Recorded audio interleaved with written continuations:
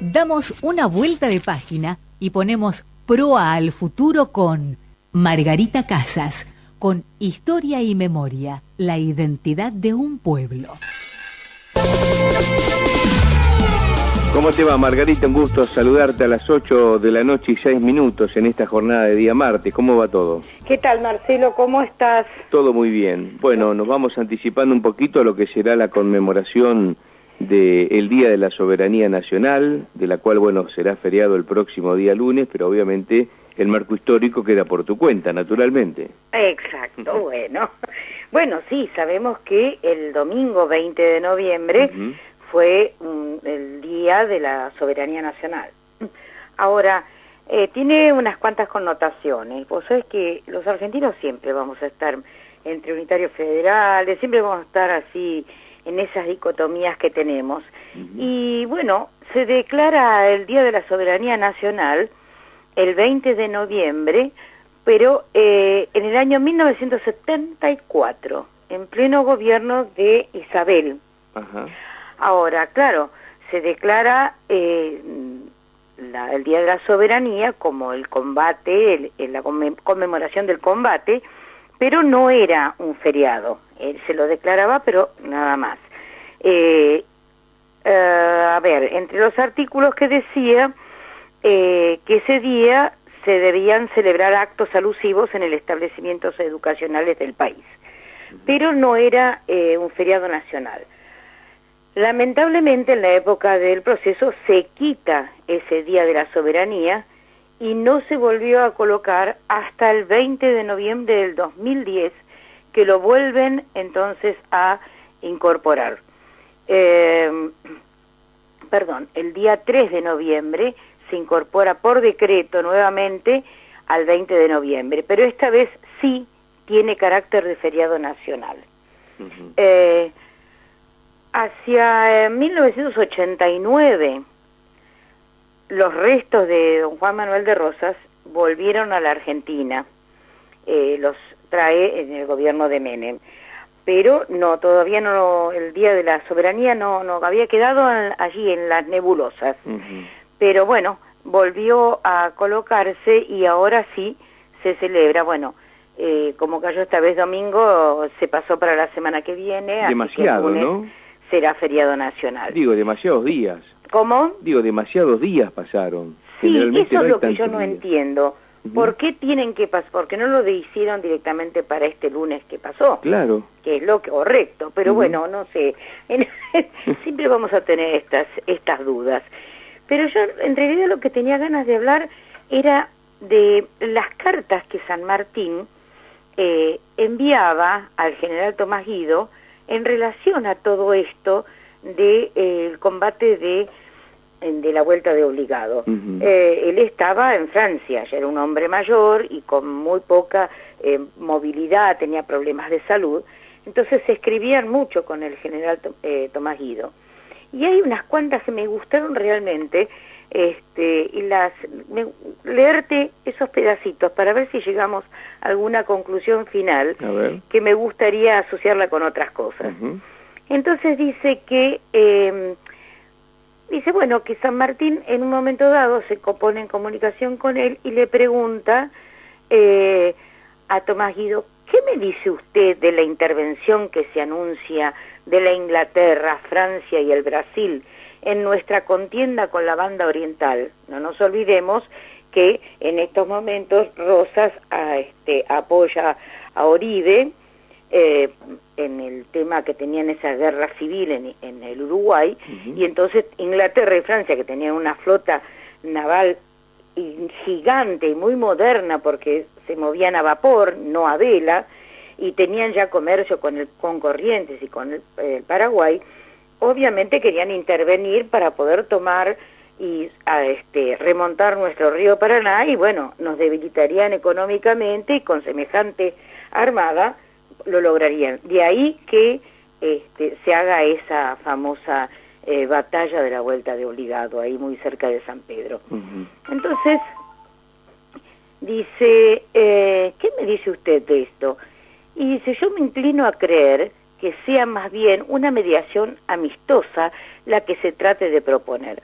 De lo contrario, sería un abuso inicuo de la fuerza, sin que por esto consiguiesen los resultados que se proponen.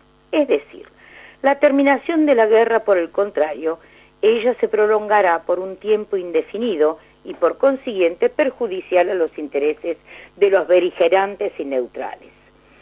Pero no conforme con esto, seguían las cartas y seguían, yo quiero llegar a la inteligencia de San Martín, cómo va desgranando este tema, y dice: es inconcebible que las dos naciones más grandes del universo se hayan unido para cometer la mayor y más injusta agresión que se pueda cometer contra un Estado independiente. No hay más que leer el manifiesto hecho por el enviado inglés y francés para convencer al más parcial de lo atroz injusticia con que se han procedido, la humanidad. Y se atreven a invocarla los que han permitido, por espacio de 4 años, derramar la sangre, y cuando ya la guerra había cesado por falta de enemigos, se interponen no ya para evitar males, sino para prolongarlos por un tiempo indefinido.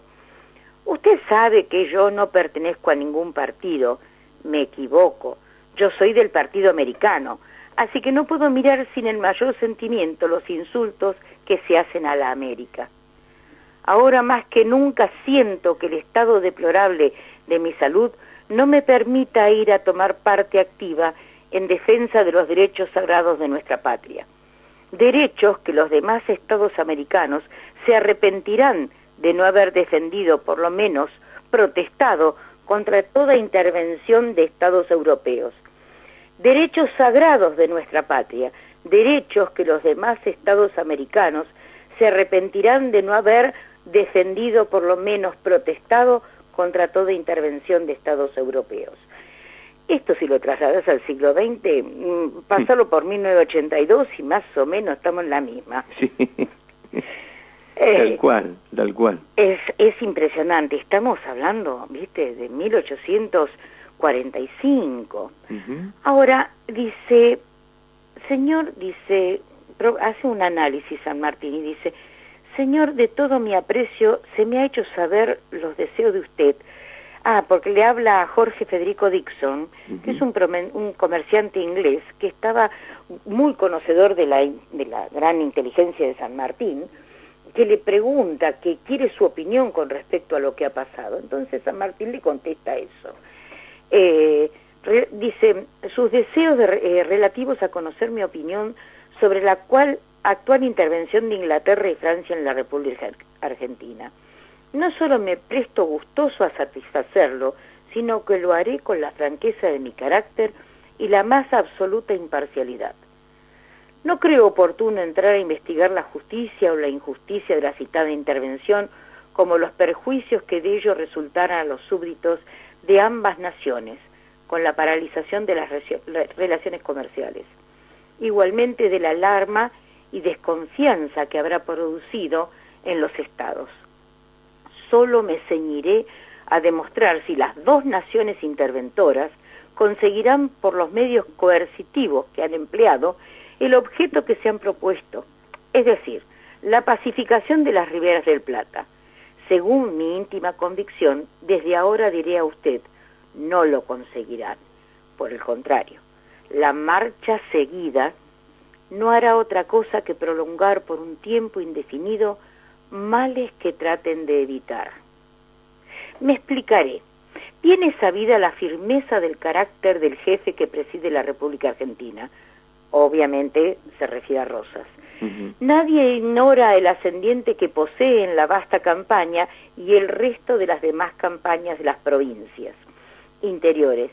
Y aunque no dudo que en la capital tenga un gran número de enemigos personales, estoy convencido que, bien sea por orgullo nacional o bien por la prevención de los españoles contra el extranjero, la totalidad se le unirá y tomarán parte activa en la contienda. Si las dos potencias en cuestión quieren llevar más adelante sus hostilidades, es decir, declarar la guerra, yo no dudo que se apoderen de Buenos Aires.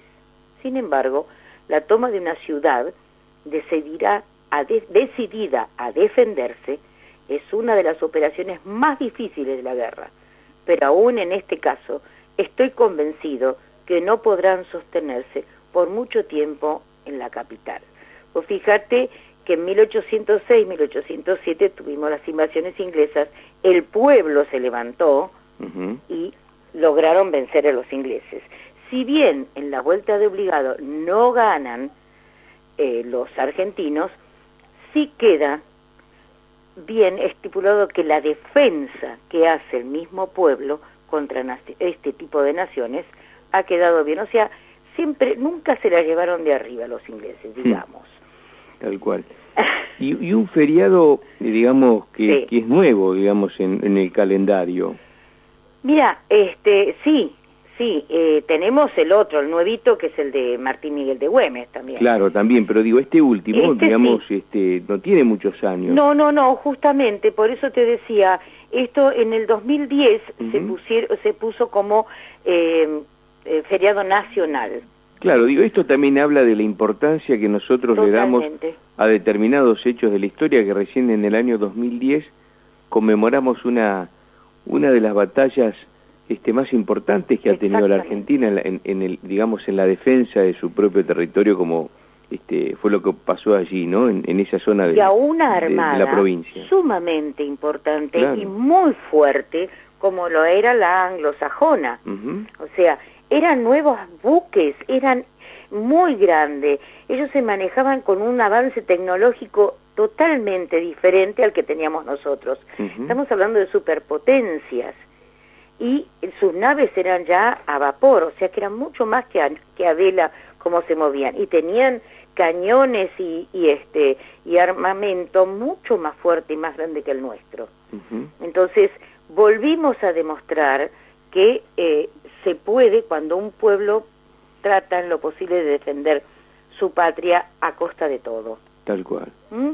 Y te cuento algo muy, muy bonito que pasó en 1989. Vos sabés que cuando vienen los restos de Rosas, bueno, todo se ha movilizado, fue impresionante ese día, y el Museo Americanista de acá de Lomas de Zamora era en esos momentos el único que tenía un busto de Juan Manuel de Rosas en toda la Argentina. Ese busto había sido hecho por un artista lomense, Alberto Gallardón, y en el año 74, que estaba en el salón, ahora se llama Salón Eva Perón, en el primer piso de la municipalidad, bueno, lo he llevado al museo para que esa obra quede allí y se le hizo un espacio muy importante.